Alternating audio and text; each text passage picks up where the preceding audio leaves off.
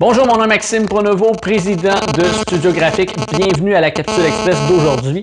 En fait, aujourd'hui, ce qu'on va voir dans la capsule, c'est 10 questions simples que vous devez vous poser afin de rédiger un plan marketing efficace, que ce soit pour votre entreprise, votre projet, peu importe. Lorsque vous avez à rédiger un plan marketing, on veut avoir vraiment des questions simples auxquelles on va pouvoir répondre et qui vont vraiment vous apporter un plan marketing qui va être utile pour le projet en question. Mais avant de débuter en fait la capsule d'aujourd'hui, je vous invite à cliquer sur le bouton de vous abonner dessous la vidéo ici pour vraiment être en mesure d'avoir les dernières vidéos, les dernières capsules qu'on va mettre en ligne dès la mise en ligne de celle-ci, pouvoir vraiment être les premiers à bénéficier du contenu. Donc, allez-y dès maintenant, abonnez-vous et vous pouvez en tout temps, si vous aimez le contenu que vous voyez, liker cette capsule. Ça va nous faire plaisir de vraiment voir l'intérêt des gens, pouvoir aider à avoir un meilleur contenu aussi pour la suite des choses. Donc, allons-y tout de suite dans le vif du sujet. Première question que vous devez vous poser, c'est comment votre plan marketing soutiendra-t-il vos objectifs commerciaux? Donc, quels sont vos objectifs commerciaux? Qu'est-ce que vous voulez faire de ce plan marketing-là? Parce que si vous avez une idée, un plan que vous voulez rédiger, c'est que premièrement, vous avez une idée que vous voulez établir. Donc, en étant capable de répondre à cette question-là, de savoir quels sont vos objectifs, quels sont vos buts à atteindre avec ce plan marketing-là, vous allez bâtir la structure, le fondement de vraiment la suite des choses auxquelles vous allez devoir répondre. Donc, si vous n'avez pas cette information-là, bien, votre plan marketing va tirer un peu partout et ça risque de réduire drastiquement son efficacité. Donc, je vous invite à vraiment prendre le temps de vous asseoir et définir quels sont vos objectifs au niveau de votre plan marketing. Ensuite, qu'est-ce que vous tentez, la deuxième question en fait, qu'est-ce que vous tentez d'accomplir et pourquoi? Souvent, les gens vont dire, ben, ce qu'on tente d'accomplir, c'est X, Y, Z, mais le pourquoi est extrêmement important.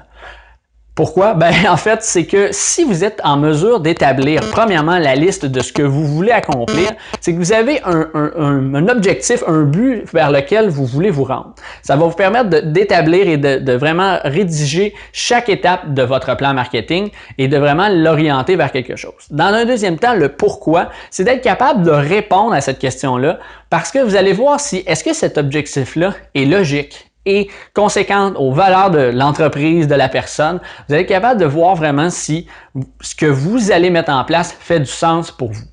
Ensuite, troisième question, il faut être capable de dire c'est qui vous essayez d'atteindre avec vos activités marketing. C'est bien beau d'avoir des objectifs, c'est bien beau d'avoir une idée de qu'est-ce que vous voulez faire à travers ça.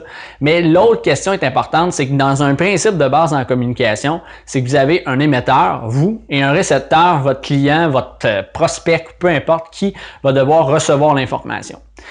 C'est souvent l'endroit où est-ce que la plupart des projets ou des entreprises vont stagner parce qu'ils vont parler à une entreprise, à un autre client qui n'est pas vraiment leur client, ils n'ont pas vraiment compris et saisi la technicalité de leur client, ce qui fait en sorte, bien, quand ils parlent, le client n'est pas captivé par l'information, n'est pas intéressé par l'information et donc ne va pas aller nécessairement plus loin dans son processus. Donc, c'était extrêmement important de bien définir les gens que vous voulez atteindre et avoir le plus d'informations possible sur ce modèle de client potentiel que vous voulez avoir pour la suite des choses. Ensuite, c'est qui sont en fait vos compétiteurs et où vous situez par rapport à eux. Parce qu'en effet, c'est une chose effectivement de connaître le marché, de savoir qu'il existe sûrement de la compétition. C'est très rare que vous lancez un produit et qu'il n'existe rien sur le marché. Et souvent, petite parenthèse, les gens vont dire ben il n'existe rien parce que c'est un nouveau produit, mais il existait un produit complémentaire. Quand on a inventé l'ordinateur, ben avant il y avait la Datilo. Pour ceux qui sont plus vieux, vous irez googler ça. Plus jeunes, vous irez googler ça. Mais en fait, la Datilo était un compétiteur direct sans être le même produit. Donc c'est extrêmement important de bien être conséquent et de ne pas limiter à un certain type de produit, un certain type d'entreprise, mais de vraiment faire l'étalage de votre compétition en tout et partout pour être certain, en fait, de bien arriver à saisir où vous vous situez. Parce que ce qui est important, c'est que souvent les gens vont vouloir être toujours en haut de la liste, en haut de la pyramide, ils veulent être les numéros 1. Mais ce qu'il faut savoir, c'est qu'en marketing, on peut être un excellent numéro 2, excellent dans le sens financièrement, dans le sens que la place qui nous revient est là, au lieu d'être un numéro 1, d'essayer et de ne jamais tomber dans la bonne direction. Parce qu'en fait, souvent, c'est ce que les gens vont penser et que vous devez réfléchir, c'est que si votre numéro 1, exemple, demain matin, vous voulez concurrencer Apple, bien, vous allez sûrement avoir beaucoup de difficultés à vous rendre à le concurrencer. Mais si, par exemple, vous essayez de viser le deuxième rang en vous disant, on va pas aller concurrencer Apple, mais on va aller offrir ce qui n'est pas fait sur le marché dans la section numéro 2, vous allez être capable de vraiment développer un meilleur produit et d'avoir aussi plus de chances d'arriver à vos fins et donc d'avoir de meilleurs résultats. Ensuite, en fait, ce qu'il faut savoir aussi, c'est qu'est-ce qui rend la prochaine question, en fait, c'est qu'est-ce qui rend votre entreprise unique?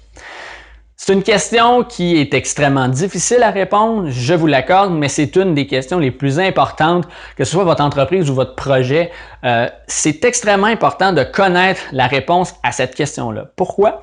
Bien, quand vous savez ce qui rend unique votre entreprise ou votre projet, c'est ce qui va teinter tout le processus. Autant qu'au départ, vos objectifs, votre plan d'action, vos idées vont avoir vont d'éteindre sur tout ce qui va se passer dans votre entreprise, autant que le fait d'avoir la proposition unique va vraiment avoir un impact sur la façon que ça va se vendre, sur quoi vous allez focuser. La façon simple de comprendre l'importance d'une proposition de valeur unique, c'est de comprendre que si aujourd'hui, exemple, je décide que je vends des chemises, en fait, ma chemise que je vends risque d'être relativement semblable à la chemise que l'autre entreprise de chemise fait. Mais qu'est-ce qui fait la différence? OK, c'est parce que moi, j'utilise tel matériel plutôt qu'un autre. J'ai une conscience écologique que celle-là a pas. C'est fait au Canada, c'est fait au Québec, peu importe. C'est ce genre de valeur-là qui va faire une différence et c'est pourquoi que certaines personnes vont s'intéresser à votre marché, à votre type de produit plutôt qu'un autre. Parce qu'au final, si vous comparez deux chemises relativement identiques et que les deux ont les mêmes valeurs, le même concept, les gens ne vont pas aller de un à l'autre. D'ailleurs, souvent, de rédiger une proposition de valeur unique, c'est la partie la plus difficile. Donc, je vais vous mettre dans les liens ci-dessous.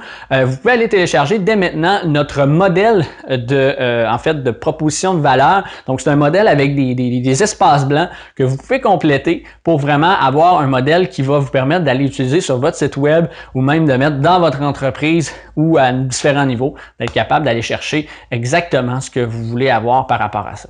Ensuite, l'autre question, en fait, il faut être capable de dire de quelle manière est-ce que vous établissez-vous vos factures et pourquoi. En fait, ce que je veux dire par là, c'est qu'il faut être capable de comprendre que quand je parle de facture, c'est le concept de comment vous allez charger à votre client. Souvent, on ne se pose pas cette question-là, on se dit, nous, on va le vendre selon le marché, et ainsi de suite, le prix que ça a. Mais c'est une question intéressante à se poser parce que de plus en plus, il y a des modèles qui vont différer du modèle traditionnel que je vends une chemise 100$, puis c'est tu payes et voici. À la place, il y a des modèles maintenant, des compagnies qui vont faire ça, qui vont vendre un abonnement, qui vont dire, écoute, tu me donnes 29$ par mois et à chaque mois, tu reçois une chemise. Et là, selon ton abonnement, tu vas recevoir un style, on va te demander de répondre à des questions. Et vous voyez que l'expérience client est vraiment différente d'une version traditionnelle. Et pourtant, on a quand même quelque chose d'intéressant et on a un client aussi qui est fidélisé sur le long terme.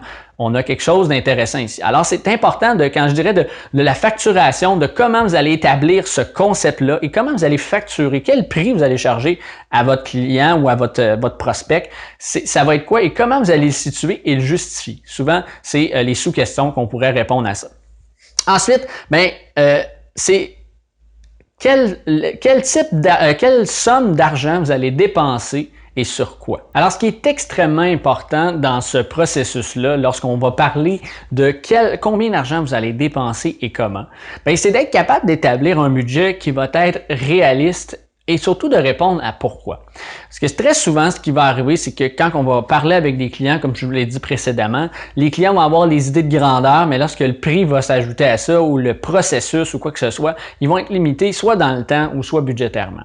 Ce qui est important de concevoir lorsque vous allez créer votre budget, c'est d'établir en fait, de vous poser la question, pourquoi vous allez dépenser à cet endroit-là plutôt qu'à un autre. Et c'est d'être réaliste, de savoir que vous n'avez pas un montant d'argent illimité, mais que chaque truc que vous allez faire doit être pensé en fonction que l'un va amener l'autre et non un va sans l'autre. Parce que c'est souvent ce qui arrive aussi. C'est qu'on va avoir tendance à dire bon, ben parfait, je vais investir là, mais qu'on n'interagit pas ensemble. Les outils n'interagissent pas ensemble. Donc, on va faire de la publicité à la télé, on va faire de la publicité sur les médias sociaux, mais les deux sont carrément opposés parce qu'on ne s'adresse pas au même public ou quoi que ce soit, et l'un ne va pas amener à faciliter la tâche de l'autre, et ainsi de suite.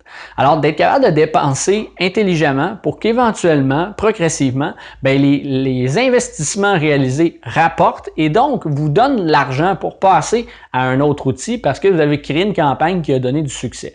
C'est un peu le processus qu'on doit vraiment réaliser, se poser comme question lorsque vient le temps de préparer, de répondre à la question qu'est-ce que vous allez dépenser, combien vous allez dépenser et où vous allez le dépenser. Ensuite, la prochaine question, c'est en fait quelle tâche vous allez devoir accomplir pour atteindre vos objectifs marketing. Encore là, c'est un peu le principe du budget. Souvent, les gens vont avoir cette idée-là de penser que tout va se faire tout seul parce qu'aujourd'hui, la technologie nous permet de faire beaucoup de choses. Sauf qu'il faut savoir que, premièrement, ben, quand vous allez établir votre liste de tâches, vous allez avoir une idée beaucoup plus réaliste du processus, une idée beaucoup plus fixe. Et vous allez pouvoir aussi déléguer ces tâches-là. Donc, être capable de dire, OK, je vois que si on établit telle marche à suivre, tel projet, ça va me prendre tant de personnes, donc tant de coûts peut-être, ou de dire à qui je peux déléguer cet aspect-là. Souvent, on va réussir à mieux maximiser l'équipe qui est derrière ça et maximiser aussi, évidemment les résultats. Ensuite, autre question, c'est en fait, quelle est la dernière question, c'est quel est le résultat que vous avez obtenu et à quel niveau pouvez-vous vous améliorer?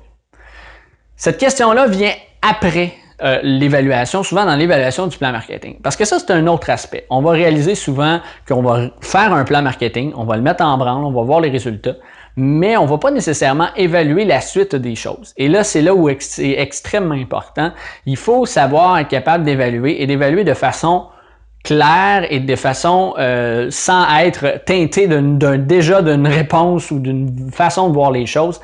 Parce qu'en fait, si vous n'êtes pas capable d'évaluer de façon claire votre processus, vous ne serez jamais capable d'améliorer celui-ci. Parce que vous allez en commettre des erreurs, vous allez mettre de l'argent à mauvais endroit, vous allez prendre des mauvaises décisions, vous allez penser qu'il y a un trend, une marque, une façon de faire qui fonctionne à ce moment-ci, vous allez embarquer là-dedans et bang, vous allez vous retrouver carrément ailleurs et là vous allez dire « OK, je pensais pas que ça ou ça ou ça allait arriver ». On est dans un monde qui tourne rapidement, on le voit. Ce monde-là ne va pas arrêter de tourner parce que vous décidez que ce trend-là, vous en profitez. Donc, soyez conséquent d'analyser la situation et de dire, est-ce que cette chose-là, j'aurais pu faire ça différemment? Et si oui, comment?